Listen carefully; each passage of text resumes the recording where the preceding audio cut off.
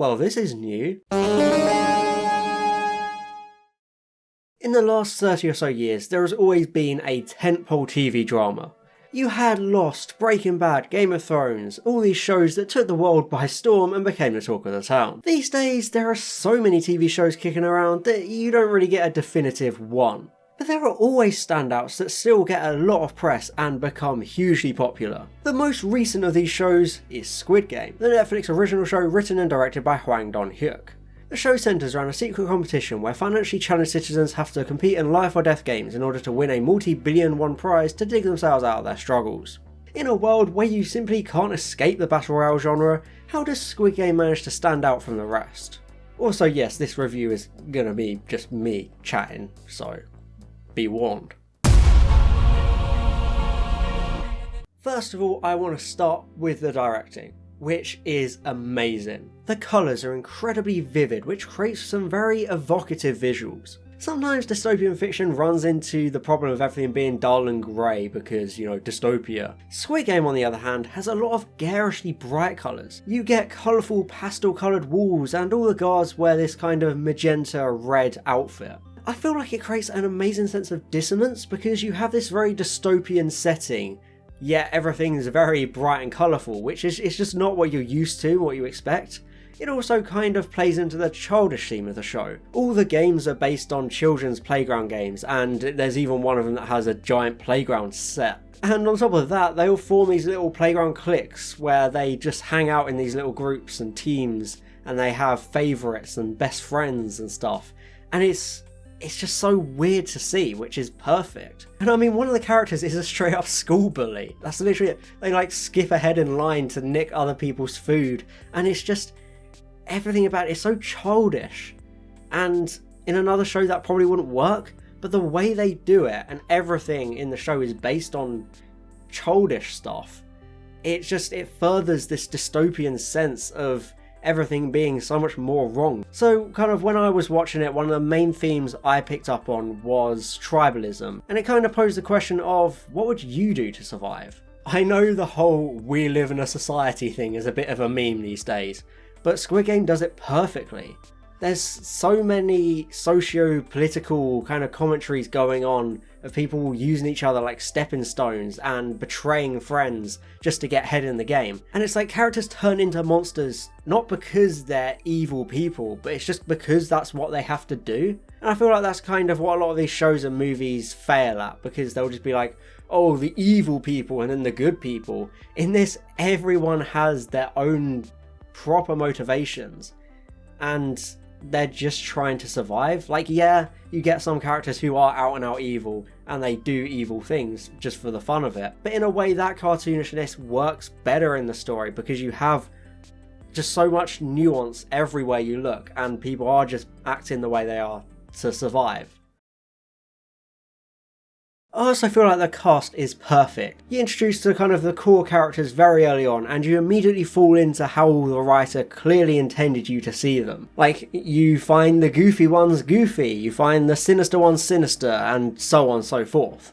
It's a really good way of creating a diverse cast in terms of writing, because right from the get-go you understand how you're supposed to feel about these characters, but it still lays it out in a way that's kind of, it keeps nuance and it's ambiguous with character motivations at times, and I feel like it strikes the perfect balance of getting you to care about the characters while also keeping them interesting. It also takes the really interesting approach of having a very unlikable main character. So you're introduced to this dude who he gambles all his mother's money away, he takes her for granted, he can't even look after his estranged daughter properly, he's just a deadbeat loser, and he's your main character. He's the guy you're meant to root for the entire time. And it makes it hard to like Ji-hun initially, but I feel like that's because it's part of a proper, good, well-written character arc. I feel like it gets paid off perfectly because he learns to accept the things he has and not kind of take it for granted anymore, and the games kind of serve as a reality check for him to kind of show him that other people value the smaller things in life and other people have these relationships with their family that he doesn't have. And you kind of see him grow throughout a narrative as you see his interactions shape him as a person. you'll see him looking after people like the way he should be looking after his mother, which I feel like plays a really important role in getting you to accept him as a protagonist and end up rooting for him, because you see that he learns from his mistakes and he values his life by the end of it. But that being said, I do have some pretty big issues with the end point of his character arc, but I'll wait until the spoiler section before that. The thing I love about it is it's not just Jihan's story. It manages to balance so many different narratives and storylines, ranging from quite small little 3-episode arcs to stuff that lasts the entire series. There's always some kind of narrative to follow, so there's a good ebb and flow to it. I feel like the show is paced so incredibly well because it's not all based on the games. Going in, I expected it to be like episode 1, red light, green light, episode 2, the next game, episode 3, the next game after that, so on and so forth. But it doesn't do that, which I really appreciate. Because there are only 6 games and 9 episodes, there are some episodes without a game at all, meaning they can focus on character dynamics and exposition, but always in a really smooth way.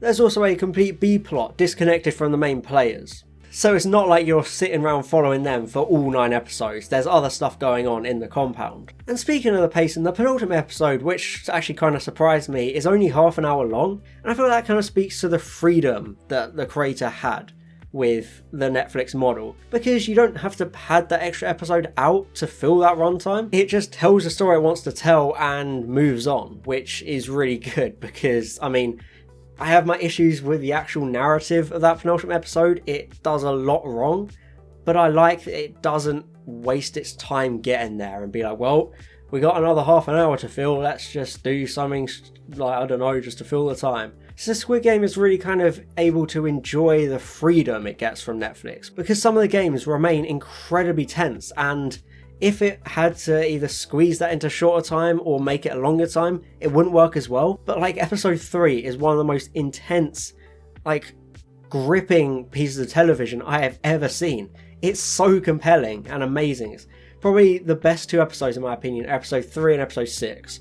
They are the ones that make you feel the most, whether that be tension or heartbreak. Just everything comes together perfectly in those episodes. And kind of the last thing I want to touch upon before we get into spoiler territory is the usage of the cast. So obviously you get 456 players starting the game, but even with that amount of people in the show to begin with, they all feel like individuals.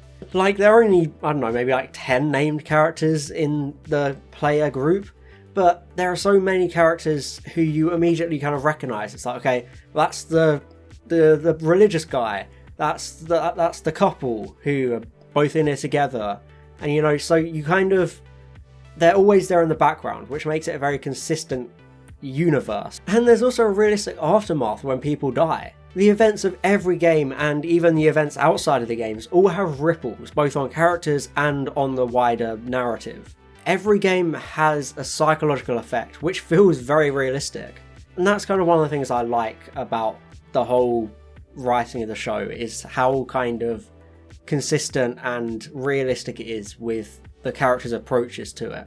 They make decisions that make sense, whether that be good or bad, because there's obviously a lot of survival instincts going on, and you kind of see throughout how people were changed. And it's really interesting to see where people start to where they end, even characters who aren't really part of the core cast.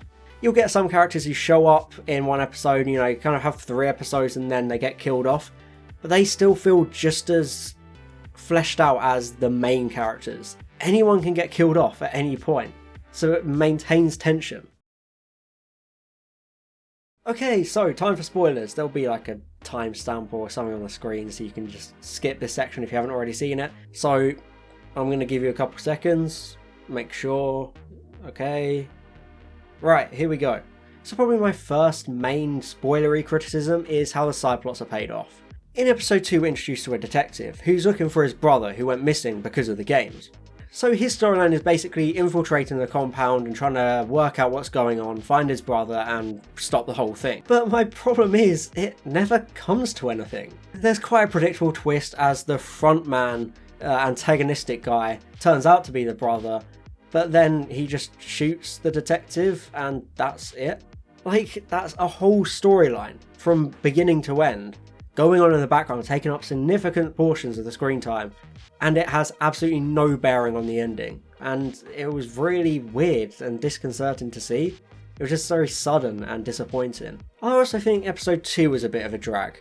You spend all of episode 1 building up to the games, fleshing out Ji-hun's background, and it's obviously paid off by the visceral horror of red light, green light. Then you get to episode 2 where all the survivors just leave. Yeah, no, that's it, they just vote to leave and they go home. Obviously, I know you have to do that for character development for characters like Ali, Se-byuk and Sang-woo, because obviously they're the main supporting characters, you understand why they're in the games. But it feels like a massive de-escalation of the series very early on, which it feels very bumpy. Ji-hun's arc is actually really necessary because they kill off the only 2 genuinely likeable characters left in the penultimate episode. Se-byuk's death is especially insulting. She gets killed off in the penultimate episode, which feels really cheap, almost like they're hiding from her third wheeling in the ultimate final showdown. I mean, you have this cold and badass North Korean refugee doing everything she can to look after her brother and reconnect with her mother, who's still trapped on the other side of the country. There's even an entire episode dedicated to showing how small scale her ambitions are. All she wants to do is reunite her family and then, go on holiday somewhere. It's not even anywhere else in the world, it's just somewhere else in Korea that she thinks looks exotic. I feel like she's necessary to put a lot of things in perspective, which is why I find it so annoying that they kill her off by having her impaled by a random shard of glass and then get her throat slit when she was about to die anyway. It's just really anticlimactic and unsatisfying. It's so cheap, and I understand the nihilistic tone of the show because it wants to be realistic that death can just happen. But it just, from a narrative point of view, it feels way too blunt. It's just so casual about it with no fanfare. But that doesn't make for good viewing because it just deflates you. As I said, it's because you don't especially really like Ji-hun and especially not Sang-woo. So you really go into the ending just, what's the point? There's a similar situation with Ali, the other foreigner in the games. He gets betrayed by Sang-woo during the marble game, and it's a very powerful, depressing moment. Which is great for showing how Sang-woo will do anything to survive, because he is truly despicable in that episode with what he pulls. Ali is one of the people who pays the price along the way because he was too trusting in this every man for himself situation. But the reason that's not his fault really in the show is because Sang-woo is presented as such a master manipulator. But the problem with killing Ali off is that he was one of the only pure characters in the show. When it comes to the players, I was pretty much only rooting for Ali and Se-byuk. They're like the only ones with good motivations who haven't, intentionally screwed themselves over to this point. So they both get killed off really unceremoniously, and it's really anticlimactic and disappointing to the extent that you have no one to root for at the end. Ji-hun you have to go the long way for, but there's always the risk that the audience won't feel like he's been redeemed. So you get to this end where it's between him and Sang-woo and you're like, well, I don't care. However, despite that, I do like how it thins the herd. It has no mercy for main characters, kind of like what Game of Thrones became infamous for. Because this is a kind of battle royale thing, only one person can win the game. And it delivers on that promise. Because obviously you've got so many players, you need to slim the count somehow, so it always finds a narratively justified way to do it. Like, I just really like that it ends with one definitive winner. But then that's also a problem. So for an extra big spoiler, Ji-hun wins the game by killing Sang-woo at the end. But the actual ending of the show is so far removed from the rest of the show, and it almost feels like parody. I do like that Ji-hun gives Sang-woo's mum a lot of money so that she can raise Se-byuk's little brother as her own. But then rather to go into America to see his daughter and being the dad he promised to be, Ji-hun just decides to go through a midlife crisis, get a bright red Karen haircut, and then chase shadows for the next series, because there's gonna be another one. It's one of the worst final episodes I have ever seen, and that's coming from someone who saw all of Game of Thrones. It just scraps any kind of gratifying ending in favour of sequel bait. And then Ji-hun doesn't even honour his promise to be a better dad with all this money now he's gone through all this stuff. So it kind of renders his character arc a bit obsolete. It's like, just end it. You don't have to have another one, just end it there. Just say the police worked it out and end it there. That's all, 9 episodes, just leave it at that. But it doesn't, and that's a big problem. Squid Game is an absolutely phenomenal show for 6 episodes. The first 6 episodes are genuinely some of the best and most compelling television I have ever seen. There's such an intense atmosphere, and the writing of the cast and the storylines is incredible. However, it's hard to deny that the last 3 episodes completely dropped the ball. The visuals and directing remain great throughout, but the narrative itself just completely collapses. Storylines are dropped out of nowhere and characters are just kind of awkwardly dispatched of because the narrative doesn't need them anymore. But even with that, I absolutely adore the show as a whole, so I would give Squid Game an A grade. It's so compelling and gripping, with fantastic visuals and amazing thematic storytelling. Every actor lends so much individuality to all these characters who are defined by numbers. I mean, you barely even know half their names. The acting is wonderful. I watched subbed, by the way, not dubbed. Don't watch dubbed. Dubbed is horrible. Overall, I would highly recommend Squid Game. Just be prepared that the ending won't be very satisfying, but the ride to get there definitely will be. I just won't watch the inevitable season 2. And with that, thanks for watching. I hope you liked this video. I know it was something different. I'm hopefully going to be doing it for other stuff. And yeah, I'll see you in the next video. Bye bye. And I'd like to give an extra special thank you to my Platinum level patron Fallon Cortez and all my Gold level patrons Alex Marston, Calvin, Daniel Shillito, Francois aka Line Vortex, George, Perna Verzog and Stefan Ever Miller. Thank you so much for your support.